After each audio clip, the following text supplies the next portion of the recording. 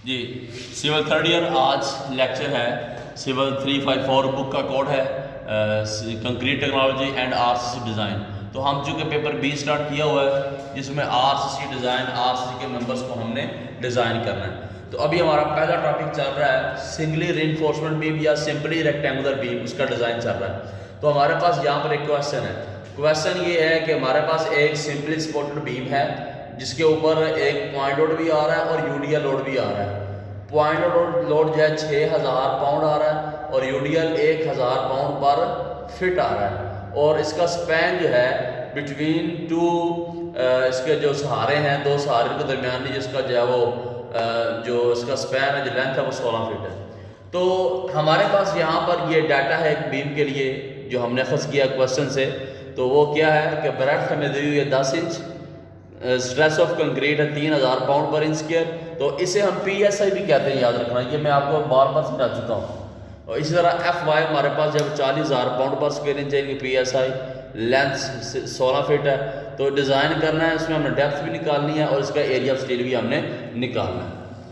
अब आगे हमें दो बेड दिए हुए हैं W1 W2, एक बेड पॉइंट लोड की सूरत में, एक बेड उसके यूडीएल में। अगर दोनों यूडीएल पर फिट होते हैं उसको इकट्ठा कर लेते हैं, लेकिन ये लहदा दोनों वेट है। तो अब हम क्या करेंगे, आपको पता है कि ACI कोड के मुताबिक, जो कि हम ACI कोड के मुताबिक डिज़ाइन कर रहे हैं इसको बीम को, तो ACI कोड में जो लोड होता है इसको हम फैक्टर लोड में तब्दील करते हैं। तो फैक्टर लोड में तब्दील करने के लिए, चूँकि ये हमारे पास दोनों लोड जो है डेड लोड की सूरत में है, डेड लोड दोनों, लाइव लोड और डेड लोड का फ़र्क मैं आपको पहले बता चुका हूँ। तो डेड लोड में हम क्या करते हैं, हमारे पास 1.2 ये एक फैक्टर है, इसको हम मल्टीप्लाई करेंगे लोड से, तो ये हमारे पास 7200 पाउंड जो है ये हमारे पास कौन सा आ जाएगा, ये फैक्टर लोड आ जाएगा हमारे पास। इसको हमने WU लिखा हुआ है। तो इस तरह हमने दूसरे को भी हमने फैक्टर लोड बना लिया है 1.2 से मल्टीप्लाई करके। मैंने आपको बताया है कि जब भी हम निकालते हैं तो ये 1.2 for dead load and 1.6 for live load, ये फैक्टर है। डेड लोड को जब हमने फैक्टर लोड बनाना था 1.2 से मल्टीप्लाई करते हैं, लाइव लोड को जब हमने फैक्टर लोड बनाना था 1.6 से मल्टीप्लाई करते हैं। तो अब उसके बाद हम क्या करेंगे, अब हम इन दोनों को इकट्ठा नहीं कर सकते, इसलिए कि ये ओनली ये हमारे पास ये पॉइंट लोड है और ये हमारे पास है यूडीएल पर लेंथ है। तो इसीलिए हम दोनों से बेंडिंग मोमेंट भी अलग अलग निकालेंगे। बेंडिंग मोमेंट में या बेंडिंग मोमेंट होगी, अल्टीमेट मोमेंट, दोनों के काम सेम ही है। तो बेंडिंग मोमेंट या अल्टीमेट मोमेंट जो मर्जी नाम दिए इसको। तो पॉइंट लोड की सूरत में मैंने आपको फार्मूला पढ़ाया है कि WL/4 बेंडिंग मोमेंट निकालनी, जब सिंपली सपोर्टेड बीम हो, ऊपर पॉइंट लोड आ रहा हो तो फिर इसका फार्मूला WL/4। तो हमारे पास जो W है पॉइंट लोड वाला, ये है फैक्टर लोड, ये multiply by the length divided by 4। अब इसको मैंने 12 से मल्टीप्लाई फुटों को इंचों में किया है, जो आप जानते हैं कि इसकी इकाई जो होती है वो पाउंड इंच होती है। इसी तरह दूसरा बेड हमारे पास है, उसको भी हमने क्या कर लिया, हम इसकी बेंडिंग मोमेंट फाइंड कर ली। अब मैंने आपको फार्मूला इसका भी बताया था, अगर यूडीएल पर लेंथ हो, सिंपली सपोर्टेड हो, तो उसके लिए फार्मूला WL/8 होगा। तो W हमारे पास इसका जो है ये आ गया, factor load multiply by length 16 है इसका स्क्वायर डिवाइडेड बाय 8, इसको भी हमने इंचों में कर दिया। तो ये हमारे पास का जो है वो 46800 पाउंड इंच जिसकी बेंडिंग मोमेंट या अल्टीमेट मोमेंट आ गई। यहाँ पर हमारे पास टोटल बेंडिंग मोमेंट है, दोनों बेंडिंग मोमेंट को प्लस कर लिए, हमारे पास टोटल अल्टीमेट मोमेंट आ गई। उसके बाद हम क्या करते हैं, अब हम जो है यहाँ पर थोड़ा सा देखें जी, हमारे पास ये क्रॉस सेक्शन है बीम का। क्रॉस सेक्शन में हमने जिसका साइज, ब्रेड्थ और डेप्थ जो है वो हमें निकालनी होती है। ब्रेड्थ दी हुई है, ये ओवरऑल हाइट हमने फाइंड करनी है। तो ये स्टील के सेंटर से लेकर, एरिया स्टील सेंटर से लेकर जो है ऊपर इफेक्टिव डेप्थ होती है, नीचे कंक्रीट कवर। ओवरऑल हाइट निकालने के लिए हम क्या करते हैं, पहले इफेक्टिव डेप्थ निकालने हैं। तो इफेक्टिव डेप्थ के लिए हमारे पास जो फार्मूला वो है ultimate moment divided by 0.205 stress of concrete FCB, beam in breadth. ये वैल्यूज पुट की 11 से 5 इंच आ गई।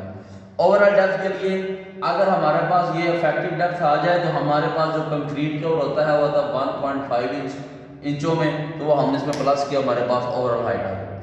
अब हमने डिफ्लेक्शन कंट्रोल के लिए चेक करना था कि हमारी जो ओवरऑल हाइट आई है, डेप्थ आई है, बीम की ओके आई या नहीं। अगर ये कम है या ज़्यादा है तो इसके लिहाज से और रिड्यूस करेंगे।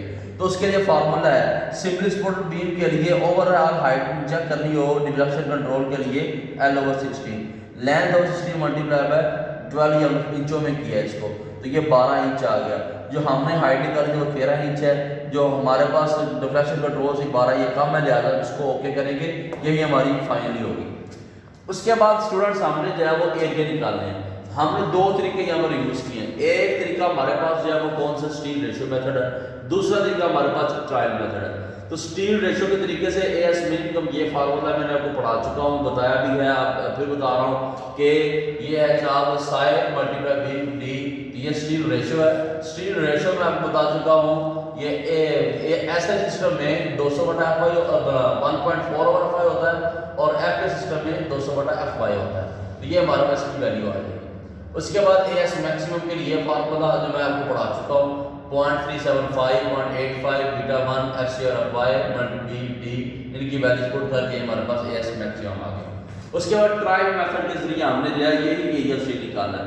अब ट्रायल मेथड में देखें इसका हमारा तरीकाकार क्या है। ये इसकी जो हमारे पास ब्लॉक है, ब्लॉक पैरामीटर है, ब्लॉक पैरामीटर और स्ट्रेस ये हमारे पास है। तो इसमें हमने जो ब्लॉक पैरामीटर है ये ए निकालना होता है, ये ब्लॉक पैरामीटर हमारे पास ए, इसका निकालना होता है। तो कह रहा है जी पहले ट्रायल में हम इसको अज्यूम करते हैं।